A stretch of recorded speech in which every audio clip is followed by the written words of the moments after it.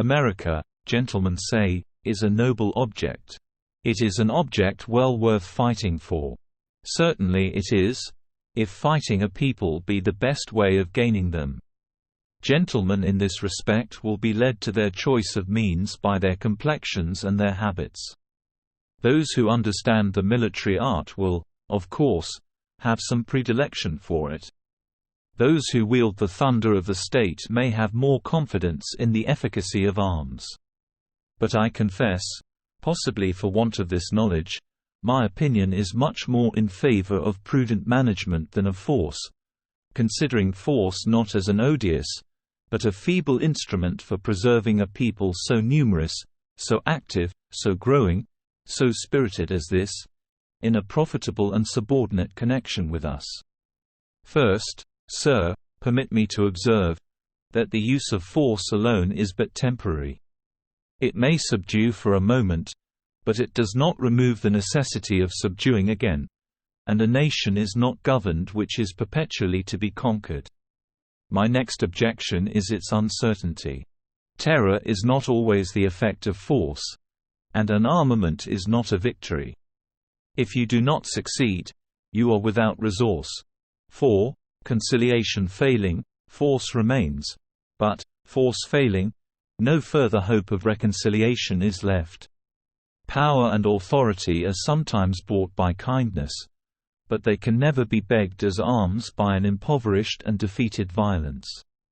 A further objection to force is that you impair the object by your very endeavors to preserve it. The thing you fought for is not the thing which you recover, but depreciated, sunk, wasted, and consumed in the contest. Nothing less will content me than whole America. I do not choose to consume its strength along with our own, because in all parts it is the British strength that I consume. I do not choose to be caught by a foreign enemy at the end of this exhausting conflict, and still less in the midst of it. I may escape, but I can make no insurance against such an event. Let me add, that I do not choose wholly to break the American spirit, because it is the spirit that has made the country. Lastly, we have no sort of experience in favor of force as an instrument in the rule of our colonies. Their growth and their utility have been owing to methods altogether different. Our ancient indulgence has been said to be pursued to a fault. It may be so, but we know, if feeling is evidence, that our fault was more tolerable than our attempt to mend it, and our sin far more salutary than our penitence. These, sir, are my reasons for not entertaining that high opinion of untried force, by which many gentlemen, for whose sentiments in other particulars I have great respect, seem to be so greatly captivated. But there is still behind a third consideration concerning this object, which serves to determine my opinion on the sort of policy which ought to be pursued in the management of America, even more than its popularity and its commerce, I mean its temper and character. In this character of the Americans, a love of freedom is the predominating feature which marks and distinguishes the whole, and, as an ardent is always a jealous affection, your colonies become suspicious, restive, and untractable, whenever they see the least attempt to wrest from them by force, or shuffle from them by chicane, what they think the only advantage worth living for. This fierce spirit of liberty is stronger in the English colonies, probably, than in any other people of the earth, and this from a variety of powerful causes, which, to understand the true temper of their minds, and the direction which this spirit takes, it will not be amiss to lay open somewhat more largely. The people of the colonies are descendants of Englishmen. England, sir, is a nation which still, I hope, respects, and formerly adored, her freedom. The colonists emigrated from you when this part of your character was most predominant, and they took this bias and direction the moment they parted from your hands. They are, therefore, not only devoted to liberty, but to liberty according to English ideas and on English principles. Abstract liberty, like other mere abstractions, is not to be found.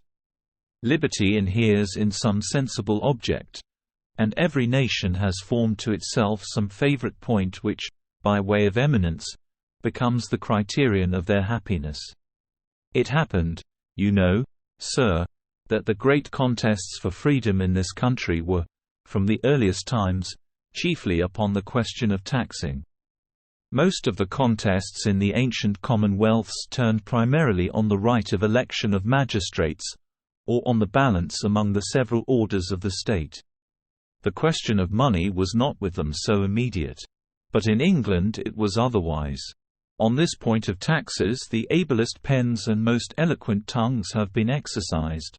The greatest spirits have acted and suffered. Permit me, sir, to add another circumstance in our colonies, which contributes no mean part toward the growth and effect of this untractable spirit. I mean their education. In no other country, perhaps, in the world is the law so general a study. The profession itself is numerous and powerful, and in most provinces it takes the lead. The greater number of the deputies sent to Congress were lawyers. But all who read, and most do read, endeavor to obtain some smattering in that science. I have been told by an eminent bookseller that in no branch of his business, after tracts of popular devotion, were so many books as those on the law exported to the plantations. The colonists have now fallen into the way of printing them for their own use. I hear that they have sold nearly as many of Blackstone's commentaries in America as in England. The last cause of this disobedient spirit in the colonies is hardly less powerful than the rest, as it is not merely moral, but laid deep in the natural constitution of things. 3,000 miles of ocean lie between you and them. No contrivance can prevent the effect of this distance in weakening government. Seas roll and months pass between the order and the execution, and the want of a speedy explanation of a single point is enough to defeat the whole system. You have, indeed, winged ministers, of vengeance, who carry your bolts in their pouches to the remotest verge of the sea. But there are power steps in that limits the arrogance of raging passion and furious elements, and says, "So far shalt thou go, and no farther." I do not mean to commend either the spirit in this excess, or the moral causes which produce it. Perhaps a more smooth and accommodating spirit of freedom in them would be more acceptable to us. Perhaps ideas of liberty might be desired, more reconcilable with an arbitrary and boundless authority. Perhaps we might wish the colonists to be persuaded that their liberty is more secure when held in trust for them by us, as guardians during a perpetual minority, than with any part of it in their own hands. But the question is not whether their spirit deserves praise or blame. What, in the name of God, shall we do with it?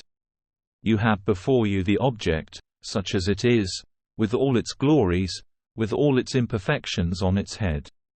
You see the magnitude, the importance, the temper, the habits, the disorders.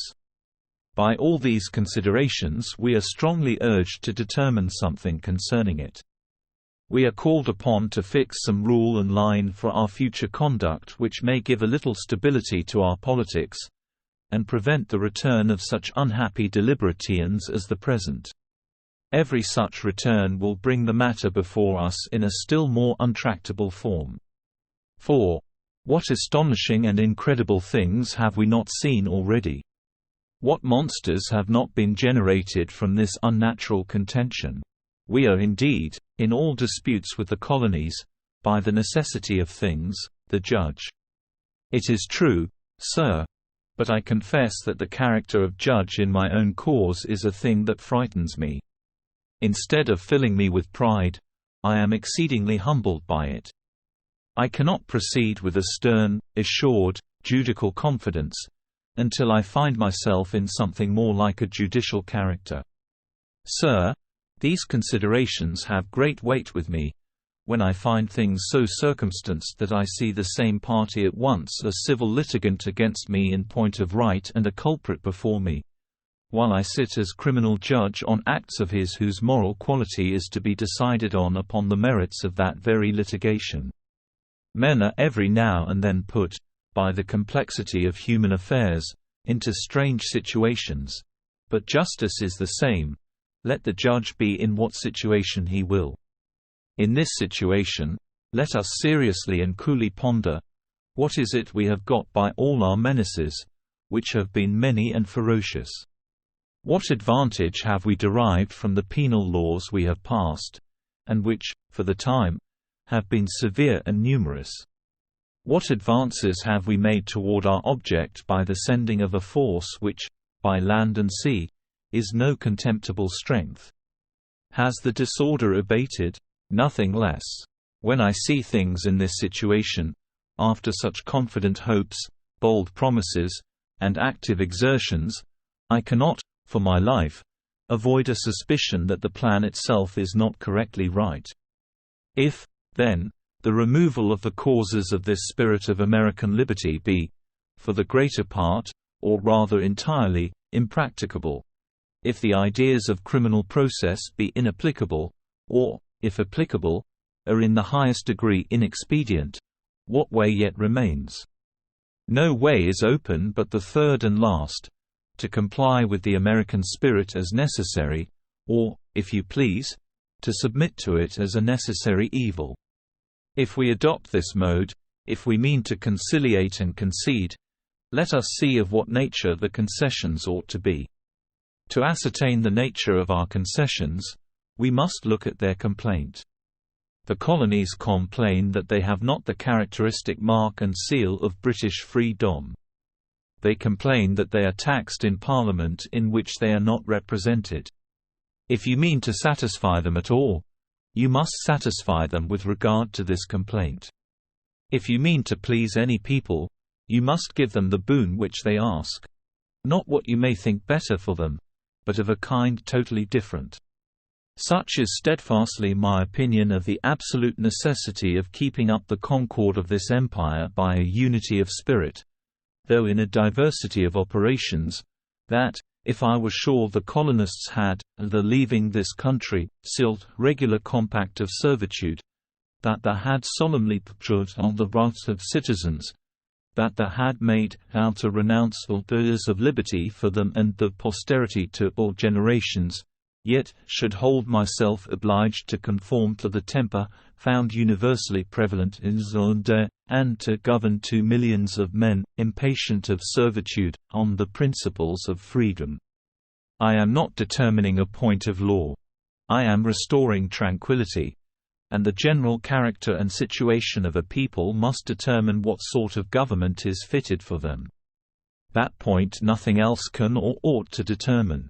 My idea, therefore, without considering whether we yield as matter of right, or grant as matter of favor, is admit the people of our colonies into an interest in the Constitution, and, by recording that admission in the journals of Parliament, to give them as strong an assurance as the nature of the thing will admit, that we mean forever to adhere to that solemn declaration of systematic indulgence. The Americans will have no interest contrary to the grandeur and glory of England, when they are not oppressed by the weight of it, and they will rather be inclined to respect the acts of a superintending legislator, when they see them the acts of that power which is itself the security, not the rival, of their secondary importance. In this assurance my mind most perfectly acquiesces, and I confess I feel not the least alarm from the discontents which are to arise from putting people at their ease, nor do I apprehend the destruction of this empire from giving, by an act of free grace and indulgence, to 2 millions of my fellow citizens, some share of those rights upon which I have always been taught to value myself. A revenue from America transmitted hither. Do not delude yourselves. You never can receive it, no, not a shilling. We have experienced that from remote countries it is not to be expected. If, when you attempted to extract revenue from Bengal, you were obliged to return in loan what you had taken in imposition, what can you expect from North America? For certainly, if ever there was a country qualified to produce wealth, it is India, or an institution fit for the transmission, it is the East India Company. America has none of these aptitudes. If America gives you taxable objects on which you lay your duties here, and gives you, at the same time, a surplus by a foreign sale of her commodities to pay the duties on these objects which you tax at home, she has performed her part to the British revenue. But with regard to her own internal establishments, she may, I doubt not she will, contribute in moderation. I say in moderation, for she ought not to be permitted to exhaust herself. She ought to be reserved to a war, the weight of which, with the enemies that we are most likely to have, must be considerable in her quarter of the globe. There she may serve you, and serve you essentially. For that service, for all service, whether of revenue, trade, or empire, my trust is in her interest in the British Constitution. My hold of the colonies is in the close affection which grows from common names, from kindred blood, from similar privileges, and equal protection. These are ties which, though light as air, are as strong as links of iron. Let the colonies always keep the idea of their civil rights associated with your government. They will cling and grapple to you, and no force under heaven will be of power to tear them from their allegiance. But let it be once understood that your government may be one thing, and their privileges another, that these two things may exist without any mutual relation. The cement is gone, the cohesion is loosened, and everything hastens to decay and dissolution. As long as you have the wisdom to keep the sovereign authority of this country as the sanctuary of liberty, the sacred temple consecrated to our common faith, wherever the chosen 162 the world's great speeches race and sons of England worship freedom, they will turn their faces toward you. The more they multiply, the more friends you will have. The more ardently they love liberty, the more perfect will be their obedience. Slavery they can have anywhere. It is a weed that grows in every soil. They may have it from Spain. They may have it from Prussia. But, until you become lost to all feeling of your true interest and your natural dignity, freedom they can have from none but you. This is the commodity of price, of which you have the monopoly. This is the true act of navigation, which binds to you the commerce of the colonies, and through them secures to you the wealth of the world. Deny them this participation of freedom, and you break that sole bond which originally made, and must still preserve, the unity of the empire. Do not entertain so weak an imagination as that your registers and your bonds, your affidavits and your sufferances, your cockets and your clearances, are what form the great securities of your commerce. Do not dream that your letters of office, and your instructions, and your suspending clauses, are the things that hold together the great contexture of this mysterious whole. These things do not make your government. Dead instruments, passive tools as they are, it is the spirit of the English communion that gives all their life and efficacy to them. It is the spirit of the English Constitution which, infused through the mighty mass, pervades, feeds, unites, invigorates, vivifies every part of the empire, even down to the minutest member. Is it not the same virtue which does everything for us here in England? Do you imagine, then, that it is the land tax which raises your revenue, that it is the annual vote in the Committee of Supply which gives you your army, or that it is the Mutiny Bill which inspires it with bravery and discipline? No. Surely no. It is the love of the people. It is their attachment to their government, from the sense of the deep stake they have in such a glorious institution, which gives you your army and your navy, and infuses into both that liberal obedience, without which your army would be a base rabble, and your navy nothing but rotten timber. All this, I know well enough, will sound wild and chimerical to the profane herd of those vulgar and mechanical politicians, who have no place among us, a sort of people who think that nothing exists but what is gross and material, and who, therefore, far from being qualified to be directors of the great movement of empire, are not fit to turn a wheel in the machine. But to men truly initiated and rightly taught, these ruling and master principles, which, in the opinion of such men as I have mentioned, have no substantial existence, are in truth everything and all in all. Magnanimity in politics is not seldom the truest wisdom, and a great empire and little minds go ill together. If we are conscious of our situation, and glow with zeal to fill our place as becomes our station and ourselves, we ought to auspicate all our public proceeding on America with the old warning of the Church, sursum caudal. We ought to elevate our minds to the greatness of that trust to which the order of Providence has called us.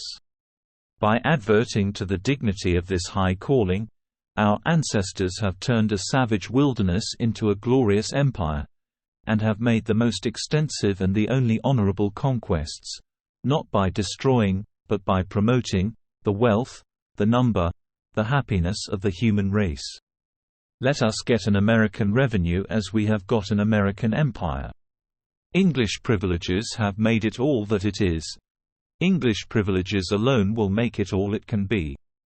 In full confidence of this unalterable truth, I now, quod felix fats tumque sit, lay the first stone in the temple of peace, and I move you, that the colonies and plantations of Great Britain in North America, consisting of 14 separate governments, and containing 2 millions and upwards of free inhabitants, have not had the liberty and privilege of electing and sending any knights and burgesses, or others, to represent them in the High Court of Parliament.